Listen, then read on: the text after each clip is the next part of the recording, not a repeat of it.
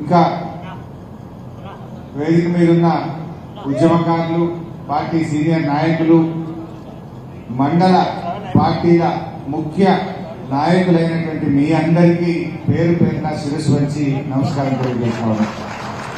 మా ఖమ్మం జర్నలిస్టులకు కూడా నమస్కారం తెలియజేస్తూ, ఇవాళ మా జర్నలిస్టు కూడా ఆలోచించాలి ఏమైపోతుంది ఖమ్మం.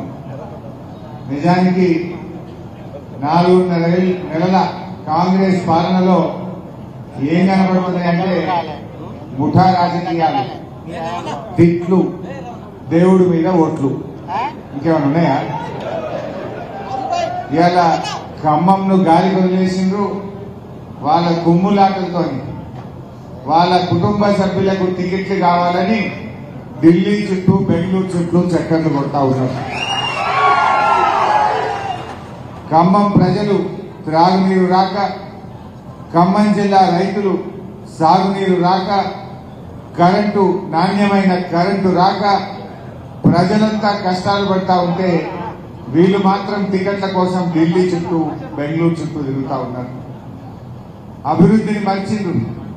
ఈ జిల్లాను మరి పూర్తిగా భ్రష్టు పట్టించేటువంటి పనిలో ఉన్నారు.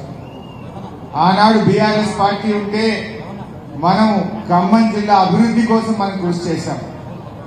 ఖమ్మంలో మెడికల్ కాలేజ్, కొత్తగూడెంలో మెడికల్ కాలేజ్, కృష్ణా నది జలాలు రాకపోయినా గోదావరి నీళ్లతో ఈ జిల్లాను సస్యశ్యామలం చేసే సీతారామ ప్రాజెక్ట్, ఇలా ఎన్నో అభివృద్ధి కార్యక్రమాలు.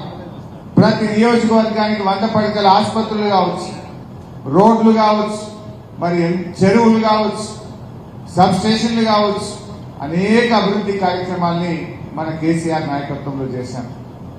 వీళ్ళేమో అభివృద్ధిలో జిల్లాను వెనుకబడేస్తున్నారు. జిల్లాను వదిలేసిండ్రు, రైతులను వదిలేసిండ్రు, ప్రజలను వదిలేసిండ్రు. వాళ్ళు తనుకోవడానికే టైం సరిపోతలేదు. ఇవాళ ఎంత ఘోరమైన పరిస్థితి అంటే రేపటికి నామినేషన్లు లాస్ట్. పార్లమెంట్ ఎన్నికలకు రేపటికి నామినేషన్లు పూర్తయితాయి.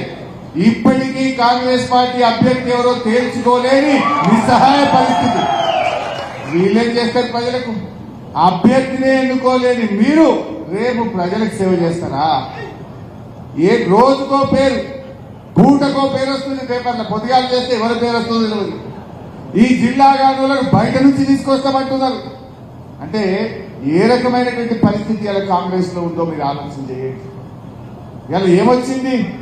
మార్పు అంటే మీ ముగ్గురికి నౌకర్లు వచ్చినాయి, ఈ జిల్లాలో ముగ్గురికి ఉద్యోగాలు వచ్చినాయి తప్ప ప్రజలకు పంట పొలాలకు నీళ్లు రావడం